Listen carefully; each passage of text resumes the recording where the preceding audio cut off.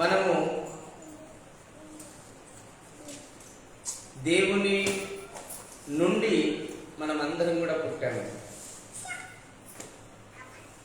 దేవుడే తన స్వహస్తాలతో రూపించి మనలందరినీ కూడా బ్రతికించుకున్నాడు. దేవుని నుండి పుట్టిన మనము దేవుడు లేకుండా బ్రతకలేమని, అదే ఈరోజు మన అంశం. దేవుని నుండి పుట్టిన మనం దేవుడు లేకుండా బ్రతకలేము.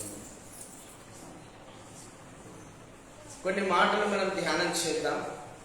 బైబిల్ పరిశుద్ధ గ్రంథంలో ఆదికాండం 1వ అధ్యాయము 10-11 వచనాలు చదవండి. ఆదికాండం 1వ అధ్యాయము 10-11 వచనాలు చదువుదాం. దేవుడు ఆరిన నేలకు భూమి అని పేరు పెట్టాడు, జలరాశికి ఆయన సముద్రములని పేరు పెట్టాడు. అది మంచిదని దేవుడు చూచెను. దేవుడు గడ్డిని, విత్తనములిచ్చు చెట్లను, భూమి మీద తమ తమ జాతి ప్రకారం తమలో విత్తనములు గల ఫలమిచ్చు ఫలవృక్షములను భూమి మొలిపించునుగాక అని పలుకగా ఆ ప్రకారం ఆయన భూమి గడ్డిని తమ తమ జాతి ప్రకారము విత్తనములిచ్చు చెట్లను తమ తమ జాతి ప్రకారము తమలో విత్తనములు గల వృక్షములను ఫలవృక్షములను మొలిపింపగా అది మంచిదని దేవుడు చూచెను. అస్తమయమును ఉదయమును కలగగా 3వ దినమాయెను. చూడండి, దేవుడు భూమిని ఆజ్ఞాపించాడంట. ఏమని ఆజ్ఞాపించాడంటే,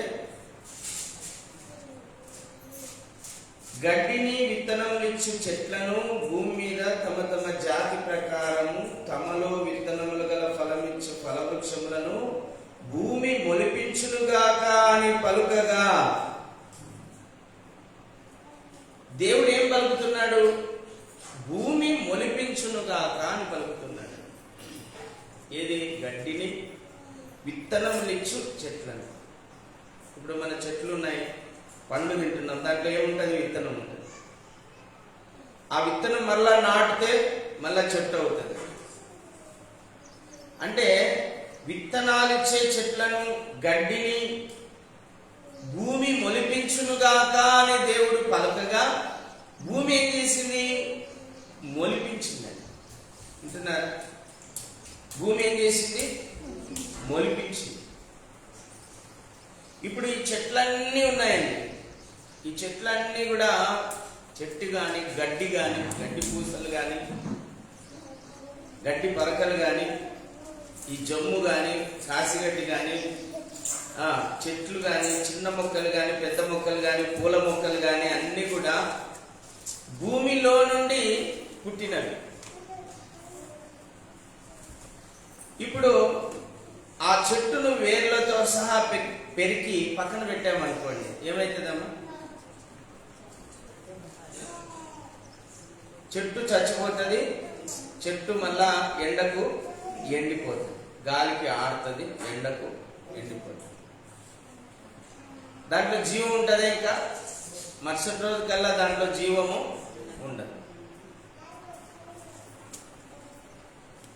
చెట్టు నుండి, ఆ భూమి నుండి చెట్టు ఎప్పుడైతే వేరు చేయబడిందో అది ఏమైపోయింది? చచ్చిపోయింది. ఎందుకు అది? దేవుడు ఏం చెప్పాడు? భూమికి చెప్పాడు, భూమి గడ్డిని, విత్తనములిచ్చు చెట్లను నువ్వు మొలిపించు అన్నాడు. మొలిపించును గాక అన్నాడు. ఆ భూమిలో నుండి అవి పుట్టాయి. ఇప్పుడు భూమిలో మొలిచి మొలిచినటువంటి ఈ చెట్టు భూమికి వేరైతే ఏమైపోతుంది? చనిపోతుంది. అది బ్రతకదు. చెట్టు భూమిలో ఉన్నంత కాలము అది బాగా బ్రతుకుతుంది. భూమి నుండి ఎప్పుడైతే వేరు చేయబడుతుందో అప్పుడు అది ఎండిపోతుంది. ఇంకో మాట కూడా చదువుకుందాం. ఆదికాండం 1:20-22 చదువుదాం. దేవుడు మీరు ఫలించి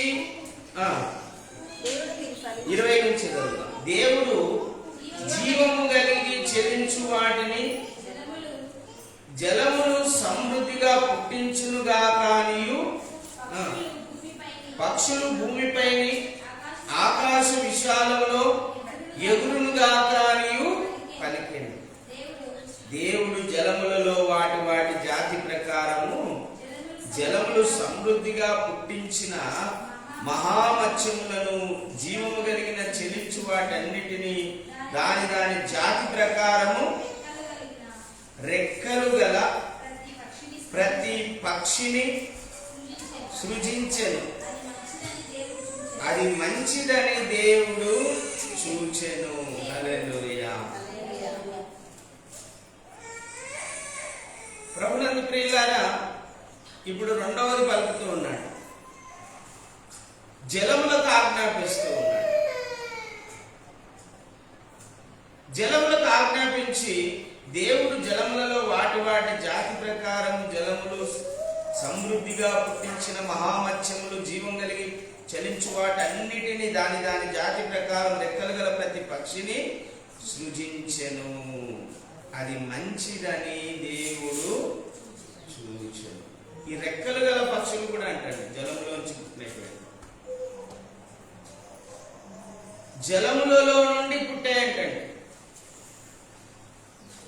అందుకే మనం చూడండి, చేపలు చూసినాక ఈ చేపను నీళ్ళలో నుంచి బయటకు తీసి ఇట్లా బయటకు వేయగానే ఏమైతుంది? విలవిల కొట్టుకొని కొద్దిసేపటికి ప్రాణం పోతుంది. దేవుడు అదే చెప్తున్నాడు ఈరోజు.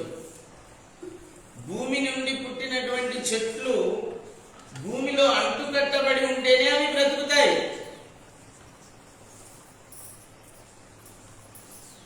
జలములలో పుట్టినటువంటి జంతువులు అవి జలములలో ఉంటేనే బ్రతుకుతాయి. అంతే కదా? జలములో నుంచి అది బయటికి తీస్తే అవి చనిపోతాయి.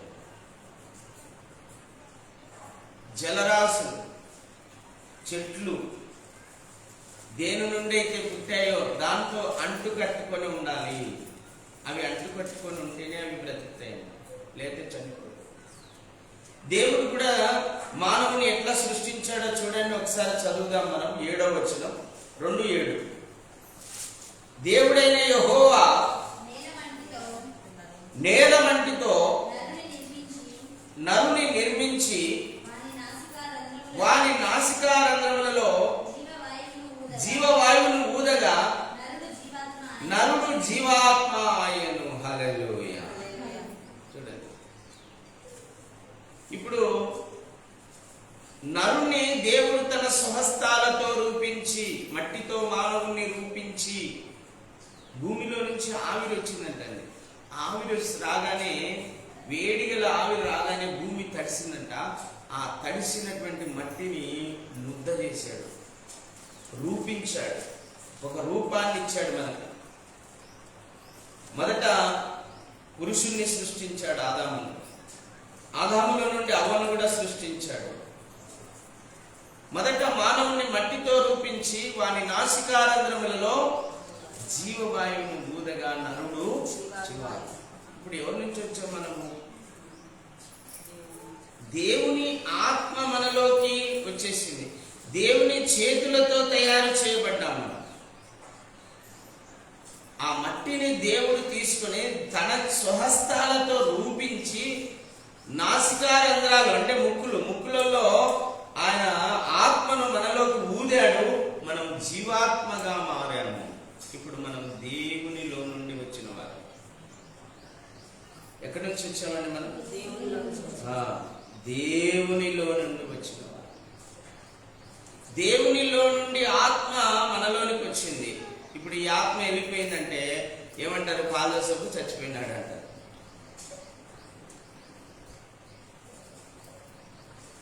దేవుని నుండి వచ్చినటువంటి మనము దేవునితో అంటుకట్టుకొని ఉంటేనే మనము చక్కగా బ్రతుకుతామండి. కానీ మానవుడు దేవునికి దూరం అయిపోయినాడు. ఎప్పుడు దూరం అయిపోయినాడు చెప్పండి? మానవుడు దేవునికి దూరం అయిపోయినాడు. ఎప్పుడు దూరం అయిపోయినాడు? ఏదైనా తోటలోనే దూరం అయిపోయినాడు. ఏదైనా తోటలోనే దేవుడు ఏ ఆజ్ఞ అయితే ఇచ్చాడో ఆ ఆజ్ఞను అతిక్రమించి, ఆజ్ఞను అతిక్రమించి, ఆజ్ఞ అతిక్రమమే పాపం. మీకు తెలుసో తెలియదు? ఆజ్ఞ అతిక్రమము పాపం. ఏదైనా ఒక ఆజ్ఞ ఉంది అంటే అది మన మంచి కోసమే. దాన్ని మనం అనుసరించకపోతే నష్టపోతాం. ఏం నష్టపోతాం? ప్రారంభ ప్రార్థన నష్టపోయినారు మీరు, పాటలు నష్టపోయినారు, దేవుని స్తుతిస్తున్నప్పుడు కలిగే ఆనందాన్ని నష్టపోయినారు, ప్రార్థిస్తున్నప్పుడు ఆ ప్రార్థనలో ఉన్న శక్తి, ఆ ప్రార్థనలో ఉన్న అంశాలు, ఆ ప్రార్థనలో ఉన్న మాధుర్యాన్ని పోగొట్టుకున్నారు. పాటలు పాడుతూ ఉన్నప్పుడు ఆ పాటల్లో ఉన్న మాధుర్యాన్ని పోగొట్టుకున్నారు, ఆ పాటల్లో ఉన్న ఆనందాన్ని పోగొట్టుకున్నారు, ఆ పాటల్లో ఉన్న శక్తిని పోగొట్టుకున్నారు. అంతే. ఆజ్ఞ అతిక్రమమే పాపం. దానివల్ల నష్టమే కానీ లాభమేమి ఉండదు. దేవుడు ఏదైనా ఒక ఆజ్ఞ పుట్టించాడు అంటే అది దేవుని వలన కలిగిందని మనం భావించాలి. దేవుని వలన కలిగిందని భావించాలి. ఆజ్ఞను అతిక్రమించారు, పాపం చేశారు, దేవుని మహిమను కోల్పోయారు, ఏదేను తోటను కోల్పోయారు, సమృద్ధిని కోల్పోయారు, జలాలు కోల్పోయారు, ఫలాలు కోల్పోయారు, శ్రమ తెచ్చుకున్నారు, కష్టం తెచ్చుకున్నారు, శాపం తెచ్చుకున్నారు, మరణం తెచ్చుకున్నారు, ఏదేని తోటలో నుంచి గెంటి వేయబడ్డారు.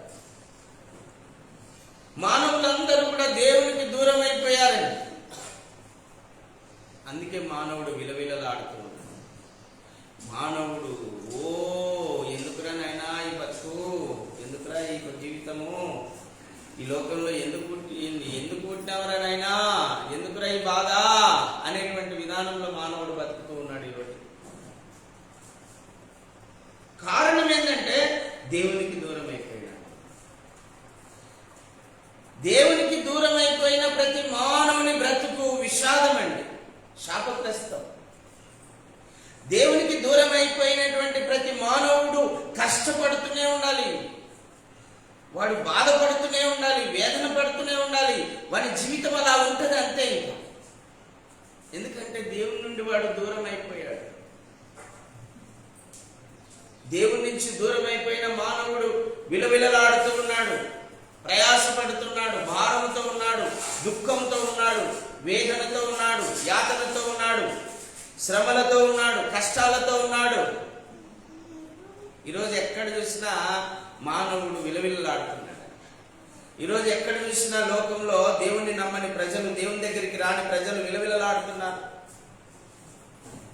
దేవుని దగ్గరికి వచ్చి నెమ్మది పొందుకున్న వాళ్ళు ఉన్నారు, దేవుని దగ్గరికి రాని వాళ్ళు విలవిలలాడుతున్నారు, వేదన పడుతున్నారు, దుఃఖపడుతున్నారు, ఆత్మహత్య చేసుకోవాలని కొంతమంది ప్రయత్నం చేస్తున్నారు. ఎందుకురా ఈ బ్రతుకని వేదన పడుతూ ఉన్నారు, యాతన పడుతున్నారు, శ్రమ పడుతున్నారు, దప్పిక కొంటున్నారు, కేకలేస్తున్నారు, అయ్యో అంటున్నారు. దేవుని నుంచి దూరం అయిపోయినటువంటి మానవుని జీవితం శాపగ్రస్తం. ఆదామవలే చూద్దామండి. ఎప్పుడైతే గెంటి వేయబడ్డారో ఏమైందమ్మా? ఫలాలు లేవు, జలాలు లేవు, నీడ లేదు,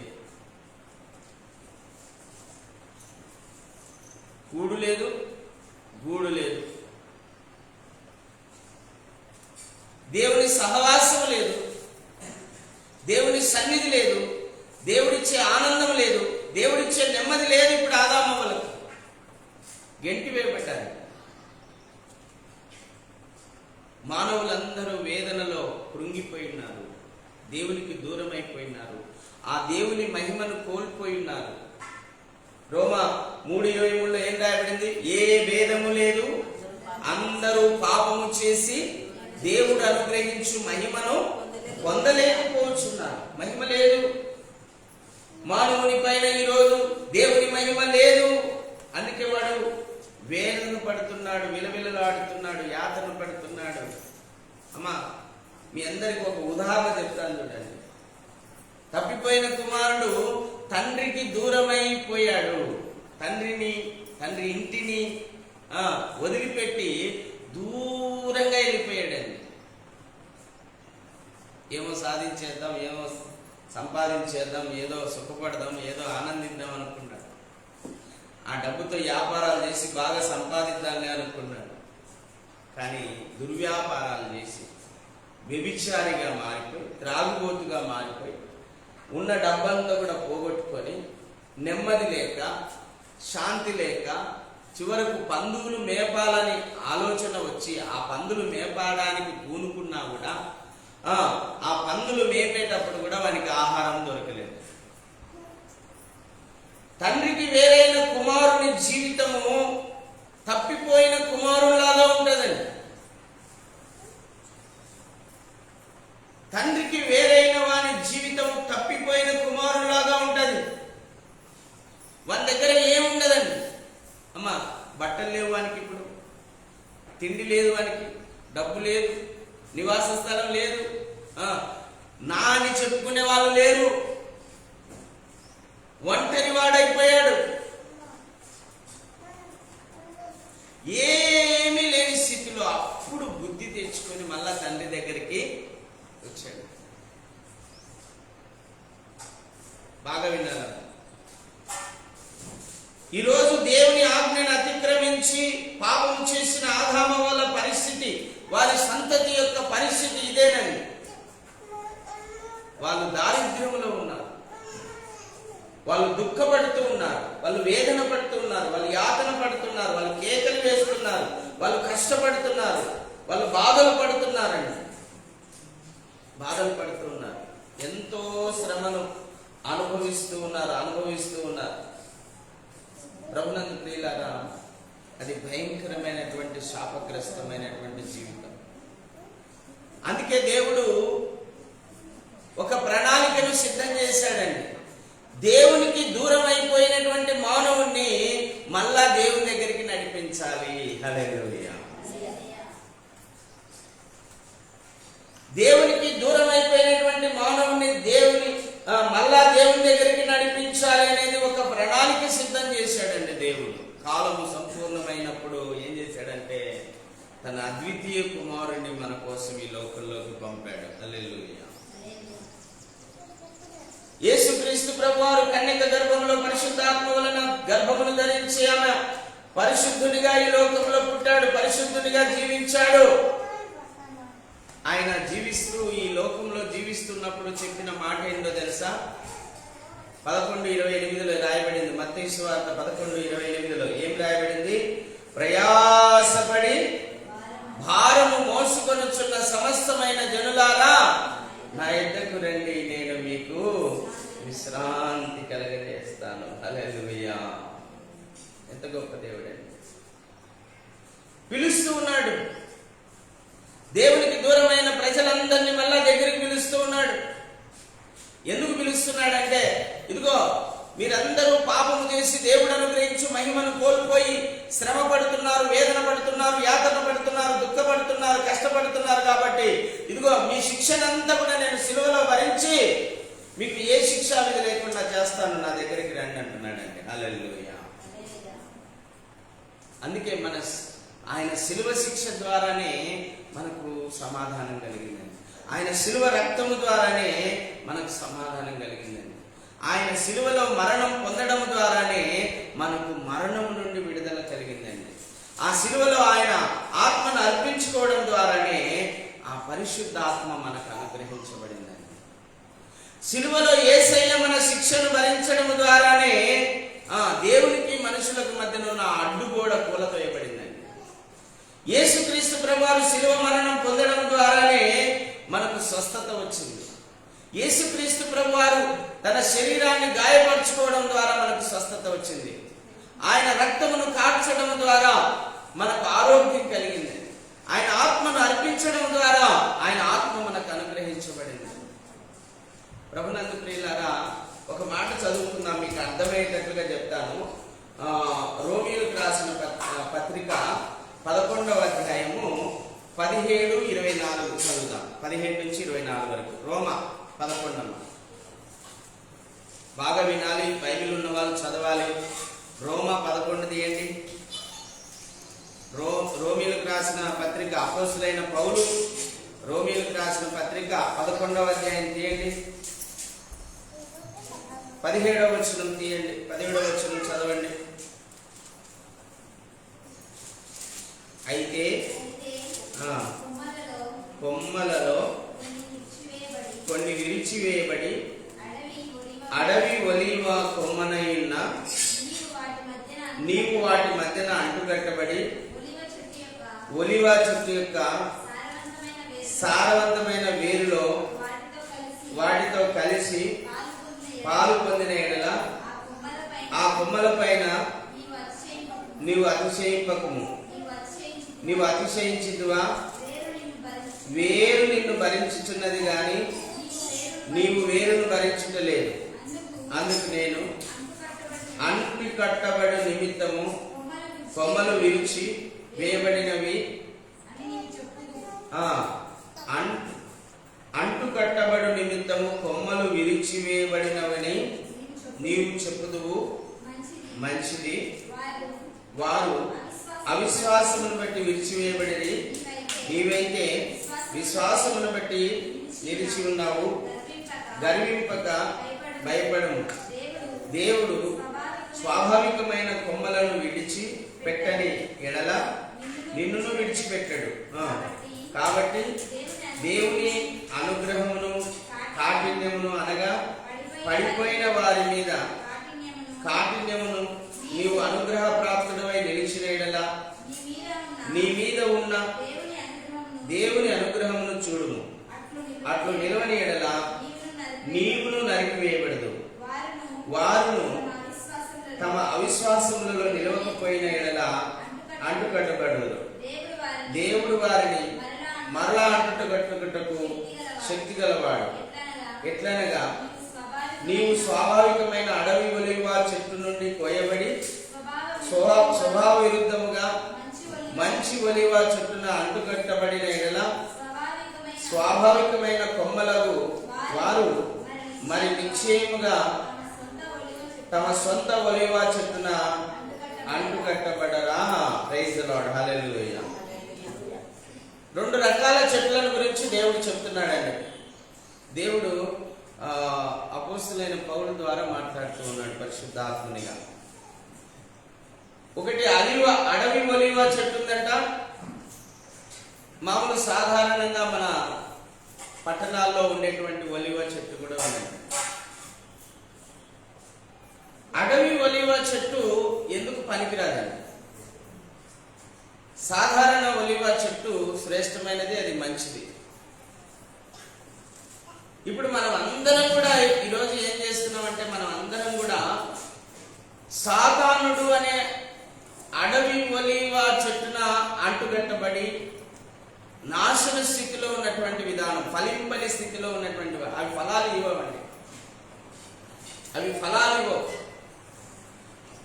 అయితే ఇప్పుడు యేసుక్రీస్తు ప్రభు ఏం చేశాడంటే, అడవి ఒలీవ చెట్టున అంటుకట్టబడిన మనల్ని ఆ కొమ్మలను తీసుకొచ్చి మంచి ఒలీవ చెట్టుకు అంటగట్టాడండి. హల్లెలూయా.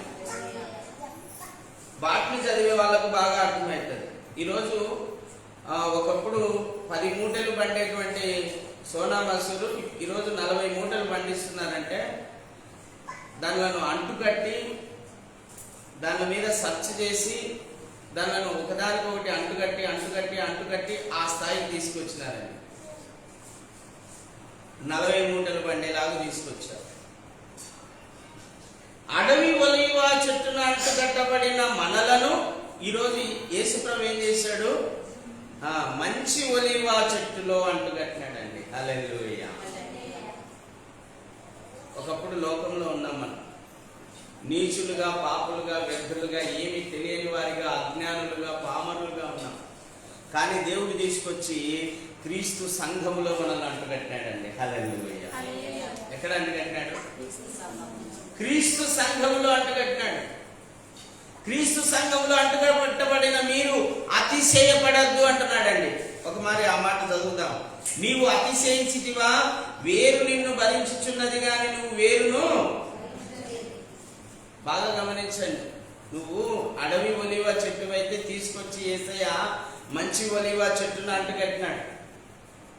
క్రీస్తు సంఘములో నిన్ను అంటుకట్టినాడు. ఒకప్పుడు నువ్వు అన్యుడివి, ఏమి తెలియని వాడు, అజ్ఞానివి, పామరుడివి, తీసుకొచ్చి జ్ఞానంలో, వివేచనలో, ఆలోచనలో, కృపావరాల్లో, ఆత్మఫలాల్లో, పరిశుద్ధాత్మలో, జీవంలో, మహిమలో నిన్ను వర్ధిల్ల చేస్తున్నాడు. అయితే ఇప్పుడు నువ్వు కలిగి ఉన్నటువంటి స్థితిని బట్టి నువ్వు అతిశయించొద్దు.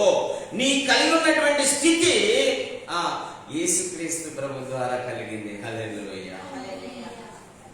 అమ్మా, నేను బాగా చెప్తున్నాను, మీరు అంటుకట్టబడే విధానంలోనే మీరు ఫలిస్తారు. ఒకవేళ మీరు అడవి ఒలివాకు అంటుకట్టబడితే మీరు ఫలించరు. మంచి ఒలివా చెట్టున అంటుకట్టబడ్డారనుకోండి, మీరు ఫలిస్తారండి. ఆ మంచి ఒలివా చెట్టు ఎవరంటే యేసుక్రీస్తు ప్రభు. హల్లెలూయా. మంచి ఒలివా చెట్టు అయిన యేసుక్రీస్తు ప్రభువులో నీవు అంటుకట్టబడితే నువ్వు బహుగా ఫలిస్తావు. నువ్వు ఆశీర్వాదకరంగా మారుతావు. నువ్వు దీవెనకరంగా మారుతావు. అనేకులకు దీవెనకరంగా మారుతావు.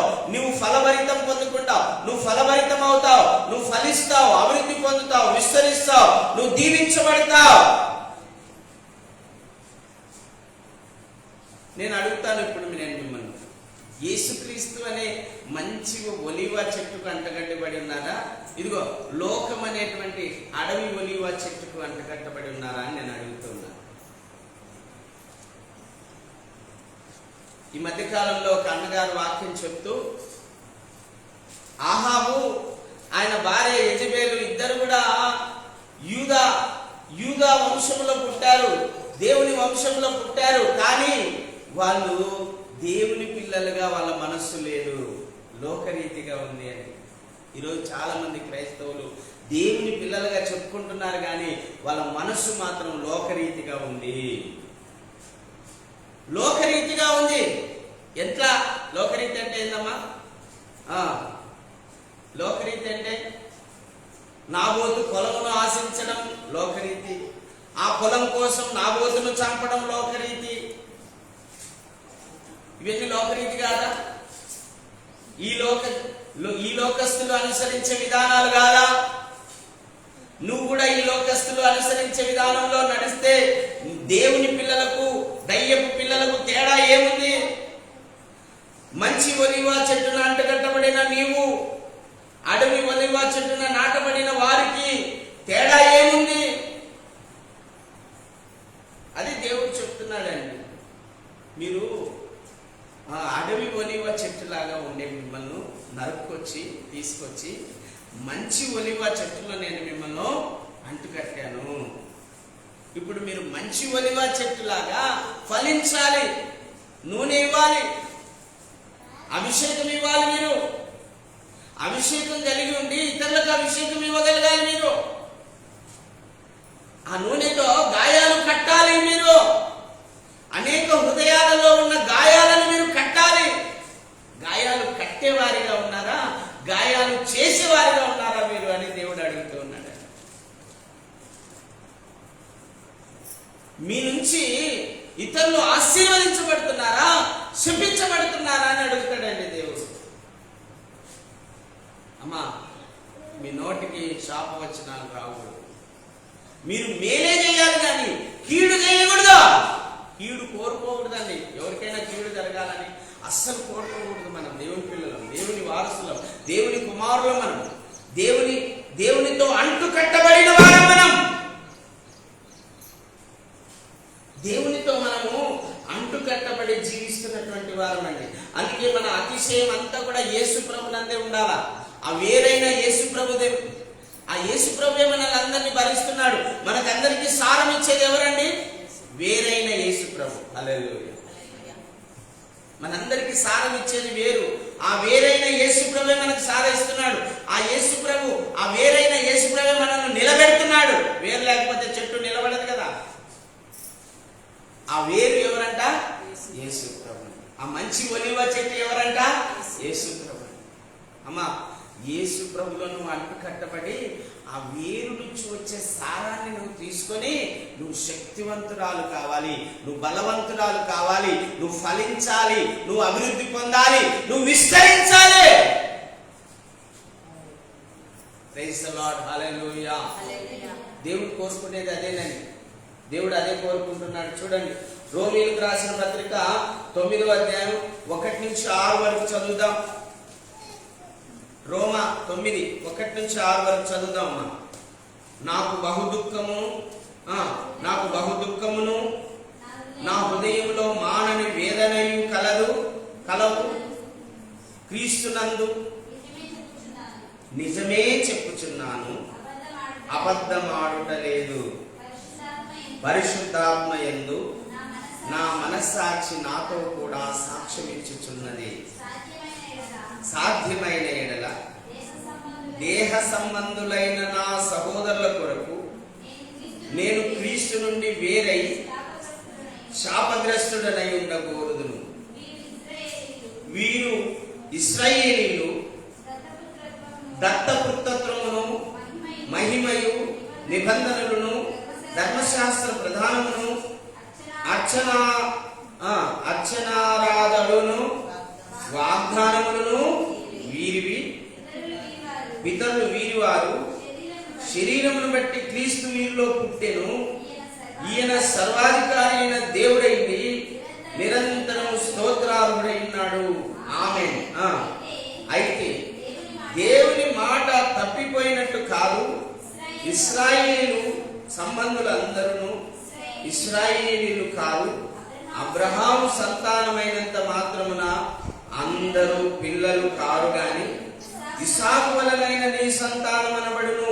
అనగా శరీర సంబంధులైన పిల్లలు దేవుని పిల్లలు కారు గాని వాగ్దాన సంబంధమైన పిల్లలు సంతానమని ఎంచబడును. వాగ్దాన రూపమైన వాక్యం ఇది. మీదటికి ఈ సమయమునకు వచ్చేదను, అప్పుడు శారాకు కుమారుడు కలుగును. హల్లెలూయా. చూడండి, పౌలు పరిశుద్ధ ఆత్మ ద్వారా ఒక గొప్ప విషయాన్ని మనకు తెలియజేస్తున్నాడండి.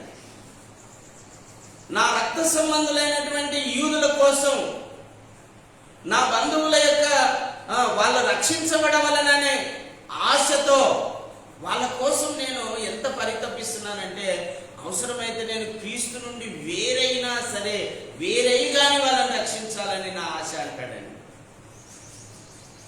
క్రీస్తు నుండి వేరైతే ఏమొస్తుందంటే అక్కడ రాయబడిందండి, శాపగ్రస్తులైతారు. క్రీస్తు నుండి వేరై శాపగ్రస్తుడనై ఉండకూడదు. అంటే తన ప్రజలను రక్షించాలనే ఆకాంక్ష, తన ప్రజలను రక్షణ మార్గంలోకి నడిపించాలనేటువంటి ఒక ఆశ. అమ్మా, యూదులందరూ యూదులు కాదు, అబ్రహాం పిల్లలందరూ దేవుని పిల్లలు కాదు. ఎవరైతే ఆత్మ సంబంధులో, ఎవరైతే ఆ యేసుక్రీస్తు ప్రభునందు విశ్వాసం ఉంచుతారో, సర్వాధికారి అయిన యేసుక్రీస్తు నందు ఎవరైతే విశ్వాసం ఉంచుతారో వాళ్ళే దేవుని పిల్లలు. యేసుక్రీస్తును నమ్మకుండా, యేసు రక్తంలో, యేసు శరీరంలో పాలు పంచుకోకుండా, యేసు ఆత్మలో పాలు పంచుకోకుండా ఏ ఒక్కరు దేవుని పిల్లలు కాలేరు. అది చెప్తున్నాడండి పౌలు. క్రీస్తు నుండి వేరై నేను శాపగ్రస్తుడవుదును నా ప్రజల కోసం నేను. అమ్మా, క్రీస్తు నుండి వేరైతే మనకేమొస్తుంది? శాపం వస్తుంది. గుర్తుపెట్టుకోండి. ఎన్నటికీ మనం క్రీస్తు నుండి వేరు కాకూడదు. క్రీస్తులోనే మనం స్థిరంగా ఉండి ఆ క్రీస్తులోనే మనం కొనసాగాలి. చూడండి, రోమా 8:35 అందరూ తీసుకోండి అమ్మా. రోమా 8:35 చదవండి. బైబిల్ ఉన్న వాళ్ళందరూ తీసుకోవాలి. 35 క్రీస్తు ప్రేమ నుండి మనలను ఎడబాపు వాడెవడు? శ్రమైనను, బాధైనను, హింసైనను, కరువైనను, వస్త్రహీనతైనను, ఉపద్రవమైనను, ఖడ్గమైనను మనలను ఎడబాపున. ఇందును గూర్చి వ్రాయబడినదేమనగా, నిన్ను బట్టి దినమల్లా మేము వధించబడిన వారం, వదకు సిద్ధమైన గొర్రెలమని మేము ఎంచబడిన వారము. అయినను మనలను ప్రేమించిన వాని ద్వారా మనము వీటన్నిటిలో అత్యధిక విజయమును పొందుచున్నాము. హల్లెలూయా. మరణమైనను, జీవమైనను, దేవదూతలైనను, ప్రధానులైనను, ఉన్నవి అయినను, రాబోవు అయినను, అధికారులైనను, ఎత్తైనను, లోతైనను, సృష్టించబడిన మరి ఏదైనను మన ప్రభు అయిన క్రీస్తు యేసునందరి దేవుని ప్రేమ నుండి మనలను ఎడబాపనేరవని రూఢిగా నమ్ముచున్నాను. హల్లెలూయా. పౌలు చెప్తున్నాడండి, క్రీస్తు ప్రేమ నుండి నన్ను ఎవ్వరూ వేరు చేయలేరు. నీ ప్రేమ నుండి నన్ను వేరు చేయునది ఈ లోకములోనిది ఏదైనను. నీ ప్రేమ నుండి నన్ను వేరు చేయునది ఈ లోకములోనిది ఏదైనను. నాకు అక్కరా లేదయ్యా నా యేసయ్యా, నాకు అక్కరా లేదయ్యా నా యేసయ్యా. నీ ప్రేమ నుండి నన్ను వేరు చేయునది ఈ లోకములోనిది ఏదైనను. నాకు అక్కరా లేదయ్యా. హృదయపూర్వకంగా చెప్దామా? నాకు అక్కరా లేదయ్యా నా యేసయ్యా, నా యేసయ్యా. పౌలు అదే చెప్తున్నాడండి. ఏదైనా సరే, అది కరువైనను సరే, ఖడ్గమైనను సరే, లోతైనను సరే, ఎత్తైనను సరే, ఏదైనా కానండి, ఏదైనా, అధికారులైనా సరే, అమ్మా ఉద్యోగమైనా సరే, అది లోన్ అయినా సరే, అది ప్రభుత్వం నుంచి వచ్చే రాయితీ అయినా సరే, అది దేవుని నుండి మనల్ని వేరు చేయకూడదు. హల్లెలూయా. పౌలు లాంటి విశ్వాసము, పౌలు లాంటి త్యాగము, పౌలు లాంటి దృఢ నిశ్చయం మనకున్నాయా అని నేను అడుగుతూ ఉన్నాను. నేను క్రీస్తు బిడ్డను కాదు అని నువ్వు సర్టిఫికేట్ తెచ్చుకోకపోతే నేను నీకు లోన్ ఇస్తానంటే ఇమ్మీడియట్లీగా తెచ్చుకుంటాము. ₹1,00,000 ఎందుకు పోగొట్టాలన్నా తెచ్చుకుందాము, ఊరికి సర్టిఫికేటే కదా. నేనేమో చర్చికి వస్తుంటలే, ప్రార్థన చేసుకుంటాను, ఉపవాస ప్రార్థన కూడా వస్తానులే, ఆరాధనకు కూడా వస్తాను, మీటింగ్లకు కూడా వస్తాను. పౌలు ఏమంటున్నాడు? మళ్ళొకసారి చదువుదాం ఆ మాటను.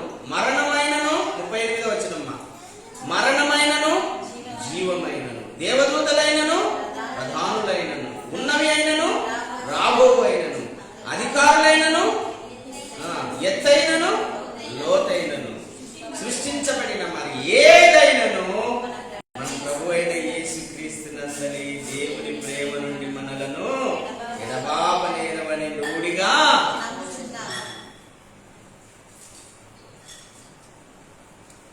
నిజంగా ఇంత నమ్మకం మనకుందా అని ఒకసారి ఆలోచన. దేవుని నుండి అంటే క్రీస్తు నుండి మనల్ని వేరు చేయగలిగినవి ఏమేమి ఉన్నాయి ఒకసారి ఆలోచన చేయండి. క్రీస్తు నుండి వేరు చేయగలిగినవి ఏమేమి ఉన్నాయమ్మా? డబ్బు నిన్ను వేరు చేయగలదు, బంగారు నిన్ను వేరు చేయగలదు అమ్మా, ఈ లోక సంబంధమైన రిజర్వేషన్లు నీకు వేరు చేయగలవు. ఈ బ్యాంక్ లోన్లు కూడా నిన్ను ప్రభు నుంచి వేరు చేయగలవు.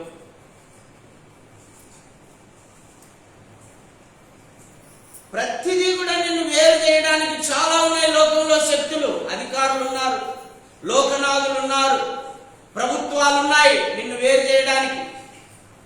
ఇప్పుడు ప్రభుత్వమే వచ్చి ఏం చెప్తుంది? గర్వాపసి అంటుంది. క్రీస్తును వదిలిపెట్టి ఆ క్రీస్తు వేరులోని అంటుకట్టబడిన మీరు మళ్ళా వచ్చి అడవి వలివాళ్ళు అంటుకట్టబడండి అంటున్నారు. గర్వాపసి అంటే మళ్ళా తిరిగి మీరు అడవి ఒలివ చెట్టులోకి వచ్చి అంటుకట్టబడండి అంటున్నారు. ఈరోజు మనం క్రీస్తు అనే ఒక మంచి ఒలివ చెట్టున అంటుకట్టబడి ఉన్నాం. ఇప్పుడు ప్రభుత్వం ఏం చేస్తుంది? గర్వాపసి అంటున్నాడు. కొంతమంది వెళ్ళిపోయారు, మీకు తెలుసా? వెళ్ళిపోయారని కొంతమంది. ఎందుకు? మీకు బిల్డింగ్ కట్టిస్తాము, మీకు బ్యాంక్ బ్యాలెన్స్ ఇస్తాము వింటున్నారా? మీకు బ్యాంక్ బ్యాలెన్స్ ఇస్తాం, మీకు బిల్డింగ్ కట్టిస్తాం, మీకు ప్రత్యేకమైన స్థానం ఇస్తామంటే వెళ్ళిపోయారండి చాలా మంది. అమ్మా దయచేసి నేను చెప్తున్నాను, దేవుని నుండి వచ్చిన మనము దేవునిలో ఉంటేనే నెమ్మది. హల్లెలూయా. నేను 26 సంవత్సరాలు దేవునికి దూరంగా బ్రతికాను. నేను పుట్టినది మొదలుకొని విగ్రహారాధికుడను, భయంకరమైన విగ్రహారాధికుడను. చెట్లను, పుట్లను, పాములను, ఎద్దులను, కుక్కలను, నక్కలను అన్నిటిని ఆరాధించినాను. దీన్ని ఆరాధించలేదని అనకూడదండి. ప్రతి దాన్ని దేవునిగా చేసుకున్నాను. నీళ్లను, అగ్నిని అన్ని దేవునిగా చేసుకుని ఆరాధించిన వాడిని.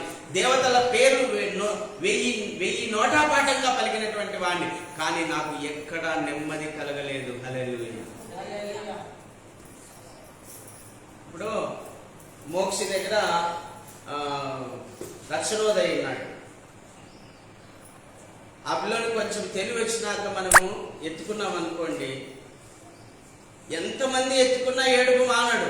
ఎప్పుడైతే తల్లి దగ్గరికి చేరతాడో అప్పుడు ఏడుపు మానుతారండి. ఎందుకు? తల్లి స్పర్శను ఆ బిడ్డ కనుక్కోగలడు. తల్లి స్పర్శను ఆ బిడ్డ కనుక్కోగలడు. మనం ఎత్తుకుంటాం, ఎంతమంది ఎత్తుకున్నా కూడా ఏడుపు మానరు వాళ్ళు. తల్లి ఎత్తుకున్నప్పుడే ఏడుపు మానుతారండి. మనం కూడా ఈ లోకంలో ఎంతమంది దేవతలను ఆరాధించినా మనకు నెమ్మది కలగదు. ఎందుకంటే మనం వాళ్ళలో నుండి రాలేదు. మనము వాళ్ళలో నుండి రాలేదు, దేవునిలో నుండి వచ్చాం. మనం దేవుని ఆత్మ మనలో ఉంది. దేవుని స్వహస్తాలతో రూపించబడిన శరీరం ఇది. ఆయన చేత సృష్టించబడి ఉన్నాం గనక మనము ఇప్పుడు యేసు ప్రభు దగ్గరికి వస్తేనే నెమ్మది కలుగుతుందండి. హల్లెలూయా. నేను చాలా సార్లు సాక్ష్యం ఇచ్చాను, 100 సార్లు. నేను నిజమైన తండ్రి అయిన, నిజమైన సృష్టికర్త అయిన నా తండ్రి అయిన యేసయ్య దగ్గరికి వచ్చినప్పుడే నాకు నెమ్మది కలిగింది. హల్లెలూయా. చెప్పసఖ్యము గాని మహిమాయుక్తమైన ఆనందం కలిగింది. చెప్పసఖ్యము గాని మహిమాయుక్తమైన ఆనందం కలిగింది. నా యొక్క శరీరానికి పులకరింపు వచ్చింది, ఆనందం వచ్చింది, సంతోషం వచ్చింది. ఎప్పుడైతే నా తండ్రి సన్నిధి నేను చేరగలిగానో నాకు ఆనందం కలిగిందండి. హల్లెలూయా. చెట్లను, పుట్టలను, పాములను, ఎద్దులను, కుక్కలను, జంతువులను, 1000 మంది దేవతల పేర్లు నోటాపాఠంగా ఆరాధించేటువంటి నేను ఎక్కడ నాకు నెమ్మది దొరకలేదు. నా తండ్రి అయినా, నన్ను కన్న తండ్రి అయినా క్రీస్తు దగ్గరికి వచ్చినప్పుడు నాకు ఆ స్పర్శ, ఆ తాకిడి, నాకు ఈయనే నిజమైన తండ్రి అని అనిపించిందండి. హల్లెలూయా. ప్రభునందు ప్రియులారా, దేవుని నుండి మనం వేరు చేయబడకూడదు. ఒకవేళ వేరు చేయబడితే నువ్వు శాపగ్రస్తుడు అవుతావు. నువ్వు దేవుని నుండి వేరు చేయబడితే, ఈ తండ్రి నుంచి నువ్వు వేరు చేయబడితే అమ్మా దరిద్రుడు అయిపోతావు. నెమ్మది ఉండదు, సుఖం ఉండదు, ఆనందం ఉండదు, నీకు ఏమి దొరకవండి ఈ లోకం. నెమ్మది ఉండదు, నెమ్మది ఉండదండి. అందుకే మీరు శాపగ్రస్తులు కాకుండాన్నట్లు దేవునికి వేరు కాకండి. ఒక మాట చదువుదాం. యోహాను సువార్త 15వ అధ్యాయం 1 నుంచి చదువుదాం. అమ్మా నిదానంగా చదువుతాం. బైబిల్ ఉన్న వాళ్ళందరూ చూసుకోండి. ఎందుకంటే ఇవి దేవుని మాటలు. చదవాలి, ధ్యానం చేయాలి. నేను నిజమైన ద్రాక్షావల్లిని. ఎవరంటమ్మా? యేసుక్రీస్తు ప్రభువారు. నేను నిజమైన ద్రాక్షావల్లిని, నా తండ్రి వ్యవసాయకుడు. నాలో ఫలింపని ప్రతి తీగను ఆయన తీసి పారవేయును. ఫలించు ప్రతి తీగ మరి ఎక్కువగా ఫలింపవలనని దానిలోని పనికిరాని తీగలను తీసివేయును. నేను మీతో చెప్పిన మాటను బట్టి మీరు పవిత్రులైనారు. నాయందు నిలిచి ఉండుడి, మీ యందు నేనును నిలిచి ఉండును. తీగ ద్రాక్షావళిలో నిలిచి ఉంటేనే గాని తనంతట తానే ఎలాగో ఫలింపదో అలాగే నాయందు నిలిచి ఉంటేనే గాని మీరును ఫలింపరు. ద్రాక్షావళిని నేను, తీగలు మీరు. ఎవడు నాయందు నిలిచి ఉండునో, నేను ఎవరి యందు నిలిచి ఉండునో వాడు బహుగా ఫలించును. నాకు వేరుగా ఉండి మీరేమీ చేయలేరు. హల్లెలూయా.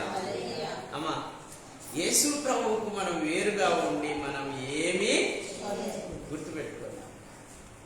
ఆయనే మన తండ్రి, ఆయనే మన వ్యవసాయకుడు, ఆయనే మన ద్రాక్షవల్లి. ఆయనతో మనం అంటుకట్టబడి ఉన్న నాళ్ళు మనం ఫలిస్తూనే ఉంటాం. హల్లెలూయా. ద్రాక్ష తోట చూసారా? నేను చాలా 20 ఏళ్ల కిందట డ్రైవర్గా పనిచేస్తున్నప్పుడు నేను హైదరాబాద్ బాడెక్కిపోతే సిటీ ఎంటర్ అయ్యే లోపల ఈ పక్క షాద్ నగర్ నుంచి ఇంకా మొత్తం ద్రాక్ష తోటలే ఉండేటువంటి. ఇప్పుడు అన్ని తీసేశారు, ప్లాట్లు వేసినారు. అప్పుడు ద్రాక్ష తోటలు ఉండేవి. మేము ఆపి అక్కడ గెలలు కొనుక్కునే వాళ్ళం. ఆ తోటలు మేము బాగా గమనించినప్పుడు కింది నుంచి ఒక తీగను పైన నెట్లో ఆ వలలో అంటుకడతారు. ఆ వలకు ఆ నెట్ ఆ తీగ అంతా కూడా పారుకొని ద్రాక్ష గెలలు వేలాడి ఉంటాయి. ఒకవేళ ఆ తీగ ఆ వలకు అంటుకట్టబడకుండా భూమిలో పడింది అనుకోండి, ఏమవుతుందమ్మా? మట్టిలో గడిచిపోతుంది ఆ తీగ. ఆ తీగ కుళ్ళిపోతుంది మట్టిలో పడి. ఆ తీగ చచ్చిపోతుంది, ఆ తీగ ఫలించదు. యేసు ప్రభు కూడా అదే అంటున్నాడు. చాలా ఉపమాన రీతిగా మనతో మాట్లాడుతూ ఉన్నాడు. ఇదిగో ద్రాక్షవల్లిని నేను, తీగలు నాతో అంటు కట్టబడి ఉంటేనే మీరు ఫలిస్తారు. నా యందు మీరుండాలి, మీ యందు నేనుండాలి. నా యందు మీరును, మీ యందు నేనును ఉంటేనే మీరు ఫలిస్తారు. అమ్మా నేను ఒక్కటే మీకు చేతులు జోడించి మనవి చేసేది ఏంటంటే, ఉంటే క్రీస్తులోనే ఉండండి, లేకపోతే చనిపోండి. అంతే. చచ్చిపోయేంత వరకు క్రీస్తులోనే ఉండాలి, ఆయనలోనే ఉండి చనిపోవాలి. మనం క్రీస్తులో నుండి వేరు కాకండి, లోకంలోకి వెళ్ళిపోకండి, పాపంలోకి వెళ్ళిపోకండి, ఈ లోకాశల్లోకి వెళ్ళిపోకండి. ఈ లోకాశలను జయించండి, శరీరాశలను, నేత్రాశలను, జీవకుటుంబాన్ని జయించి క్రీస్తులో నిలిచి ఉండండి. ఎవరైతే క్రీస్తులో నిలిచి ఉంటారో వాళ్ళు బహుగా ఫలిస్తారు. హల్లెలూయా. ప్రభు ఒక్కటే మాట చెప్తున్నాడమ్మా మీ అందరితో, నాకు వేరుగా ఉండి నీవు ఏమీ. నేను కూడా మీ వంటి మనిషినే, నేను చెప్తున్నాను బాగినండి. యేసుక్రీస్తులో మనం ఉండకూడదని, యేసుక్రీస్తులో మనం అంటుకట్టబడి ఉండకూడదని, యేసుక్రీస్తులో మనం ఫలించకూడదని ఈ శరీరాన్ని బలవంతం చేసే సైతాను మనల్ని ఎన్నో సార్లు బలవంతం చేశాడా, చేయలేదా? చేశాడండి. కొన్నిసార్లు అమ్మా ఎంత బలవంతం చేస్తాడంటే, నేను ఈ పాపంలో ఉన్నాను కదా, ఈ సేవ వద్దు, ఈ సువార్త వద్దు, ఈ దేవుడు వద్దు, ఈ సంఘం వద్దు అని వెళ్ళిపోయేటువంటి పరిస్థితుల్లోకి తీసుకుపోతారు సైతాన్ని. ఆ పాపంలో పడగొట్టి, ఆ పాపానికి బానిసగా చేసి నిన్ను ఈడ్చుకొని వెళ్తాడండి. తోడేలు గొర్రె పిల్లను ఈడ్చుకుపోయినట్టుగా ఈడ్చుకుపోతాడండి సైతాన్ని. ఎందుకు? క్రీస్తు నుండి నిన్ను వేరు చేయాలని. ఎందుకు?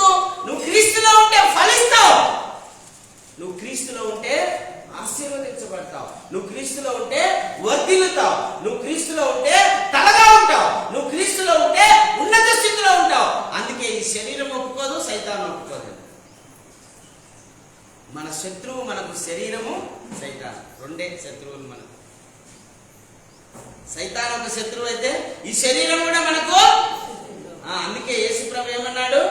నీ చెయ్యి నిన్ను అభ్యంతరపరిస్తే దాన్ని నరికే, నీ కన్ను నిన్ను అభ్యంతరపరిస్తే దాన్ని పెరికే. నీ అవయవంలో ఏదైనా దేవునిలో ఉండకుండా, దేవుని రాజ్యానికి వారసులు కాకుండా ఆటంకపరుస్తుందేమో దాన్ని తెగేయి, దాన్ని తెగేసేయ్. ఎందుకంటే రెండు చేతులు రెండు కన్ను కలిగి నరకములో పడుట కంటే ఒక్క చెయ్యి ఒక్క కన్ను కలిగి పరలోకములో.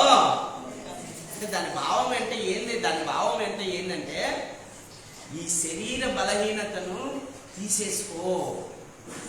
నీ శరీరంలో ఉన్న బలహీనత ఉందే అది తీసేసుకో. అది కాముకత్వం కానీ, అది జాగ్రత్తం కానీ, అది అపవిత్రత కానీ, అది ధనాపేక్ష కానీ, అది శరీరాశ కానీ, అది నేత్రాశ కానీ, అది కోరిక, ఏ కోరికైనా సరే దాన్ని చంపే అంటాడండి. ఎందుకంటే అది ఉండడం వలన నువ్వు ఫలించకుండా ఉన్నావు.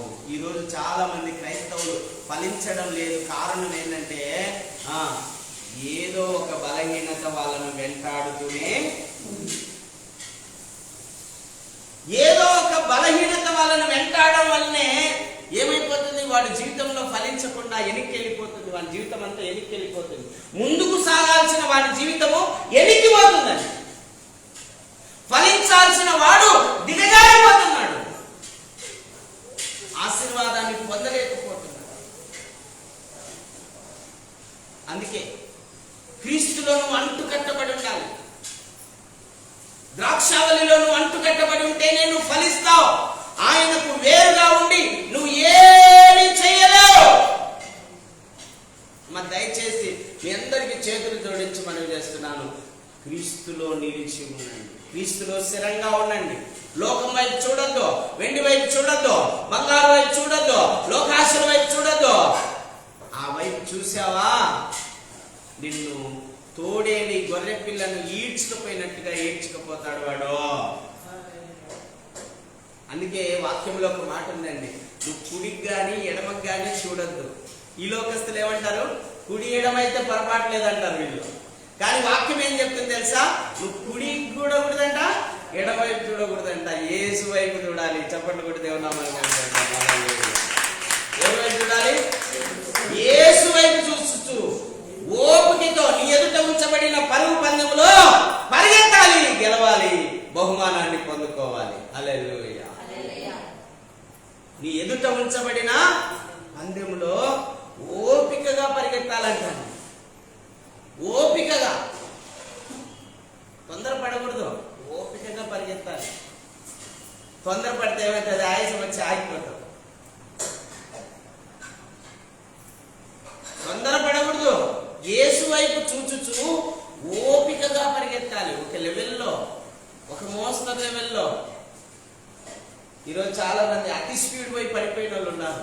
అంతే కదండి, అతి స్పీడ్ పోతే పడిపోతారు, యాక్సిడెంట్ అయిపోతుంది. అతి స్పీడ్ పోకూడదు, అతి స్లో పోకూడదు.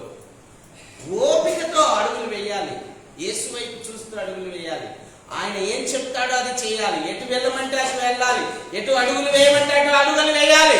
ఆయన చెప్పినట్లు చేయడానికే మనం పిలువబడ్డాము. హల్లెలూయా. ప్రతి క్రైస్తవుడు తెలుసుకోవాల్సింది ఏంటంటే, నేను చెప్తున్నాను, ఆయన చెప్పినట్లు నడవడానికి మనం పిలువబడ్డాం, కానీ మనం చెప్పినట్టు ఆయన నడవడానికి పిలువబడలేదు. ఆయన ఇష్టాన్ని నెరవేర్చడానికి మనం పిలువబడ్డాం, కానీ మన ఇష్టాలు నెరవేర్చుకోవడానికి మనం పిలువబడలేదు. అందుకే క్రీస్తుతో మీరు అంటు కట్టబడి ఉండాలి. హల్లెలూయా. ఒకవేళ అంటు కట్టబడకుండా ఉంటే మీరు ఏమైపోతారో చూడండి. హెబ్రీయులకు రాసిన పత్రిక 6వ అధ్యాయం 3వ వచనం చదవండి. ఒకవేళ దేవునితో మీరు అంటుకట్టబడకుండా జీవిస్తే 6:3 హెబ్రీ 6:3 హెబ్రీ 6:3 దేవుడు సెలవిచ్చిన ఎడల మనం అలా చేయదు. బాగా వినాలి. ఒకసారి వెలిగించబడ్డామా లేదా? ఇప్పుడు మనం అందరం యేసుక్రీస్తు ద్వారా వెలిగించబడ్డాం. యేసుక్రీస్తు ఆత్మ ద్వారా వెలిగించబడ్డాం. యేసు ప్రభు రక్తము ద్వారా మనం వెలిగించబడ్డాం. నీతిమంతులుగా పరిశుద్ధులుగా చేయబడ్డాం. ఈ రోజు మనం అందరం వెలిగించబడ్డాం యేసు ప్రభు ఆత్మ ద్వారా. ఒకసారి వెలిగించబడి పరలోక సంబంధమైన వరములను రుచి చూచి పరిశుద్ధాత్మలో పాలివారై దేవుని దివ్య వాక్యమును రాబో యుగ సంబంధమైన శక్తుల ప్రభావమును అనుభవించిన తర్వాత తప్పిపోయిన వారు తమ విషయంలో దేవుని కుమారుని మరలా సిలువ వేయించు బాహాటముగా ఆయనను అవమానపరుచుతున్నారు గనక మారు మనసు పొందినట్లు అట్టి వారిని మరలా నూతన పరచుట అసాధ్యము. ఎట్లనగా భూమి తన మీద తరచుగా కురియు వర్షమును తాగి ఎవరి కొరకు వ్యవసాయం చేయబడినో వారికి అనుకూలమైన పైరులను ఫలించుచు దేవుని ఆశీర్వచనమును పొందును. అయితే ముళ్ళ తుప్పలను గచ్చ తీయలను దాని మీద పెరిగిన ఎడల అది పనికిరాదని విసర్జింపబడిన శాపము పొందదగినదగును, తుదకని కాల్చివేయబడును. హల్లెలూయా! ఎంత మంచి మాటలండి. వెలిగించబడినటువంటి మనము, క్రీస్తు ఆత్మ ద్వారా వెలిగించబడినటువంటి మనం, పరిశుద్ధాత్మ వరములను రుచి చూసాం. మనం దయ్యాలు వెలగొట్టబడడం చూసాం, రోగులు స్వస్థత పొందడం చూసాం, అద్భుతాలు జరగడం చూసాం, ఆశ్చర్యాలు జరగడం చేశాం. దేవుడు ఇలా చేస్తాడా అని ఆశ్చర్యపోయే రీతిగా ఎన్నో ఆశ్చర్యాలు చూసామండి. బాగానండి, మా దగ్గర డబ్బులు లేవు. ఇప్పుడు 3వ తారీఖు వస్తే 5వ తారీఖు వస్తే 14,000 కట్టాలి. 3వ తారీఖు 7,000, 5వ తారీఖు 7,000 చిల్లర కట్టాలి. ఇంకా ఎందుకులే మరసంగా ఉన్నాం. కానీ డేవిడ్ అని ఒక అన్న ఫోన్ చేసినాడు, అన్న షాప్ ఎత్తేస్తున్నారు, టైల్స్ ఇస్తాడంట తక్కువ ధరకు, మనకు 160 రూపాయలకే ఒక బాక్స్ 160 రూపాయలకే ఇస్తాడట, తీసుకుందామన్నా. అదే నాకు డబ్బులు ఏమన్నా ఒక 15 రోజులు టైం ఇచ్చేయండి. సరే నా 15 రోజులు టైం అడుగుతానని చెప్పి తీసుకొచ్చినాడు. నిన్న ఫిట్ చేసినాడు, టైల్స్ అన్ని కూడా ఫిట్ చేసినాడు. ఆయన సాయంత్రము అన్న ఒక 1000 రూపాయలు ఉంటే ఇన్నా అని అడిగాడు. అంటే సర్లే నేను చూస్తాలే, సాయంత్రానికల్లా దేవుడు సాయం చేస్తానులే, దేవుడు ఏదో ఒక రీతికి ఇస్తానులే అన్నాను. చూడండి, సాయంత్రం 5:30కు మళ్ళా నేను అక్కడంతా పని చూసుకొని వచ్చినాను. ఇంటికి బియ్యం మూట తెచ్చింది ఆ యొక్క, సుమారుగా 1000 రూపాయలు 1100 దగ్గర కానుక ఇచ్చిందండి. ఆ డబ్బులు వెంటనే ఆయనకి ఇచ్చేసిన. హల్లెలూయా! ఇది అద్భుతం కాదా? ఇది ఆశ్చర్యం కదా? ఇలాంటి అద్భుతాలు మన జీవితంలో ఎన్ని చూడలే. స్వస్థతల విషయంలో కానీ, దయ్యాలు వెళ్ళగొట్టబడే విషయంలో కానీ, మానసిక ప్రశాంతతను అనుభవించే విషయంలో కానీ, ఈ ఆత్మవరాలను ఎన్ని రుచి చూసామండి మనం. జ్ఞానం అయితేనేమి, ప్రవచనం అయితేనేమి, స్వస్థత అయితేనేమి, అద్భుతాలు అయితేనేమి, ఎన్ని చూసాం. ఇవన్నీ రుచి చూసాం. వెలిగించబడ్డాము, ఆత్మవరాలను కూడా రుచి చూసాం, పరిశుద్ధాత్మలో ఆనందిస్తున్నామా లేదా? మనం అందరం పరిశుద్ధాత్మలో ఆనందిస్తున్నాం. ఇన్ని రుచి చూసినాం కదా. ఇప్పుడు ఏమైంది చూడండి. దేవుని వాక్యమును రాబో యుగ సంబంధమైన శక్తుల ప్రభావమును అనుభవించిన తర్వాత తప్పిపోయిన వారు తమ విషయంలో దేవుని కుమారుని మళ్ళా సిలువ వేస్తారు. ఒకవేళ నువ్వు తప్పిపోతే, ఏ విషయంలో తప్పిపోతే చదవండి, ఒకసారి చదువుదాం. 10వ అధ్యాయం 26వ వచనం చదవండి. హెబ్రీ 10వ అధ్యాయం 26వ వచనం. ఏ విషయంలో తప్పిపోతే అనే మాట అక్కడ రాయబడింది. మనము సత్యమును గురించి అనుభవ జ్ఞానం పొందిన తర్వాత బుద్ధిపూర్వకంగా పాపము చేసిన ఎడల పాపమునకు బలి ఇకను ఉండదు గాని న్యాయపు తీర్పునకు భయముతో ఎదురు చూచుటయు విరోధులను దహింపబో తీక్షణమైన అగ్నియునకును ఉండును. ఎవడైనను మోషే ధర్మశాస్త్రమును నిరాకరించిన యెడల 2-3 సాక్షుల మాట విని మీద కనికరింపకుండా వారిని చంపించుదురు. ఇట్లుండగా దేవుని కుమారుని పాదములతో తొక్కి తాను పరిశుద్ధపరచుటకు సాధనమైన నిబంధన రక్తమును అపవిత్రంగా ఎంచి కృపకు మూలమగు ఆత్మను తిరస్కరించువాడు ఎంత ఎక్కువైన దండనకు పాత్రునుగా ఎంచబడునని మీకు తోచును. చూడండి, ఎంత భయంకరమైన శిక్ష అండి. దేవుని చేత వెలిగించబడిన నీవు, దేవుని మార్గంలో నడుస్తున్నటువంటి నీవు, దేవుని కుమారుని పిలువబడుతున్నటువంటి నీవు మళ్ళా వెనుదిరిగితే అది భయంకరమైన శాపం అండి. పేతురు రాసిన పత్రికలో ఇదే రాయబడింది. ఒకనాటి సుఖానుభవం మేలనుకొని ఎంచి వాడు వెనుదిరిగిన ఎడల వాని మొదటి స్థితి కంటే వాని కడవరి స్థితి ఘోరమగును. చాలా ఘోరమైపోతాడు. అందుకే అమ్మా, క్రీస్తు ప్రేమలో నుండి వేరుపడకండి, క్రీస్తు యొక్క వలలో నుంచి వేరుపడకండి. ఆ క్రీస్తుతో మీరు అంటు కట్టబడి ఉండండి. క్రీస్తు అనేటువంటి ఆ మంచి ఒలివ చెట్టుకు అంటు కట్టబడి ఉండండి. అప్పుడు మీరు బహుగా ఫలిస్తారు, బహుగా ఫలిస్తారు, బహుగా ఫలిస్తారు. దీపానికి నూనె ఎంత ముఖ్యమో మనిషికి దేవుడు అంత ముఖ్యము. దీపానికి నూనె ఎంత ముఖ్యమో మనిషికి దేవుడు అంత ముఖ్యము. నూనె లేని దీపం ఆరిపోవును, దేవుడు లేని మనిషి చెడిపోవును. నూనె లేని దీపం ఆరిపోవును, దేవుడు లేని మనిషి చెడిపోవును. ఓ మానవా, ఈ సత్యం గ్రహింపవా. ఓ మానవా, యేసయ్యను కలిగి జీవించవా. దీపానికి నూనె ఎంత ముఖ్యమో మనిషికి దేవుడు అంత ముఖ్యము. దీపానికి నూనె ఎంత ముఖ్యమో మనిషికి దేవుడు అంత ముఖ్యము. నూనె లేని దీపం ఆరిపోవును, దేవుడు లేని మనిషి చెడిపోవును. నూనె లేని దీపం ఆరిపోవును, దేవుడు లేని మనిషి చెడిపోవును. ఓ మానవా, ఈ సత్యం గ్రహింపవా.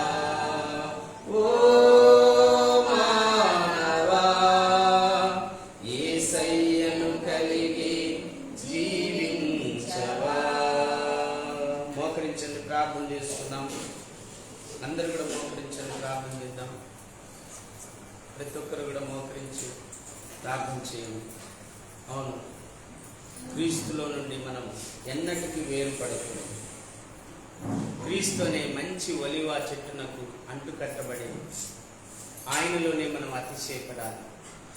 ఆయన వేరు నుండి వచ్చే సారంతో మనం ఫలించాలి, అభివృద్ధి పొందాలి, విస్తరించాలి. క్రీస్తు ప్రేమ నుండి మనలను ఎడబాపునది ఏది కూడా ఉండకూడదు. అది మరణమైనను, అది ఖడ్గమైనను, మరణమైనను, లోతైనను, ఎత్తైనను, అది ఏదైనను, అది అధికారులైనను, అది లోకనాథులైనను, అది శరీరాశ, నేత్రాశ, జీవపుడమ్మమైనను, ఈ లోకంలోనిది ఏది కూడా మనల్ని వేరు చేయకుండా నడిపించదగినదిగా మనం దేవునిలో స్థిరపడాలి, దేవునిలో అంటుకట్టబడి ఉండాలి. తీగ ద్రాక్షావలలో అంటుకట్టబడి ఉంటేనే మనం ఫలిస్తాము. తీగైన మనము క్రీస్తునే ఆ ద్రాక్ష వలలో మనం అంటుకట్టబడి ఉంటేనే మనం ఫలిస్తాము, లేకపోతే మనము ఎండిపోతాము, కుళ్ళిపోతాము. క్రీస్తునకు వేరుగా ఉండి మనం ఏమీ చేయలేము. ఆయనకు వేరుగా ఉండి మనం ఏమీ చేయలేము. ఆయనలో నిలిచి ఉంటేనే మనం ఫలిస్తాం. అమ్మా, ఎంతమంది ఆయనలో నిలిచి ఉన్నారు? ఎంతమంది ఆయనతో మీరు అంటుకట్టబడి ఉన్నారు? మంచి ఒలివ చెట్టున అంటుకట్టబడిన బిడ్డల వలె ఉన్నారా? అడవి ఒలివ చెట్టున అంటగట్టబడిన చెట్టు వలె ఉన్నారా? కొమ్మ వలె ఉన్నారా? మీరు ఎలా ఉన్నారు? ఏదైనా మిమ్మల్ని జయిస్తుందా? ఏ విషయంలో అయినా మీరు ఓడిపోయారా? శరీరాశ గాని, నేత్రాశ గాని, జీవోపడమం గాని మిమ్మల్ని బలవంతం చేసి క్రీస్తు నుండి వేరు చేసిందా? బంధువులు వేరు చేశారా? కులం వేరు చేసిందా? మతం వేరు చేసిందా? గవర్నమెంట్ వేరు చేసిందా? ఉద్యోగం వేరు చేసిందా? ఒకవేళ వేరు పడి ఉన్నావేమో, ఇప్పుడైనా అంటుకట్టబడవు. ఇప్పుడే ఆయనతో అడుగు, అయ్యా మంచి ఒలీవ చెట్టున నన్ను అంటుకట్టయ్యా, ద్రాక్ష తోటలోని వలలో నన్ను అంటుకట్టు యేసయ్యా అని అడుగు. అమ్మా, అడవి ఒలీవ చెట్టున అంటుకట్టబడిన కొమ్మలాగా ఉన్నావు, నేలన పడిపోయిన ద్రాక్ష తీగలాగా ఉన్నావేమో. ఇప్పుడే నిన్ను నువ్వు పరీక్షించుకొని యేసుక్రీస్తు అనే ఆ వలలో అంటుకట్టబడి, యేసుక్రీస్తు అనేటువంటి ఆ మంచి ఒలీవ చెట్టున అంటుకట్టబడి, ఇక ఆయనను బట్టి అతిశయపడు. ఆయనను బట్టి అతిశయపడు. నిన్ను బట్టి నువ్వు అతిశయపడద్దు. నీ జ్ఞానాన్ని బట్టి నువ్వు అతిశయపడవద్దు. నీ తెలివితేటలను బట్టి నువ్వు అతిశయపడవద్దు.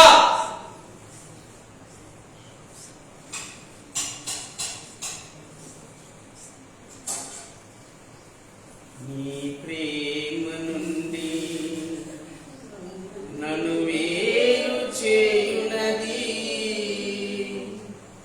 ఈ లోకములోనిది ఏదైనను నాకు అక్కరా లేదయ్యా,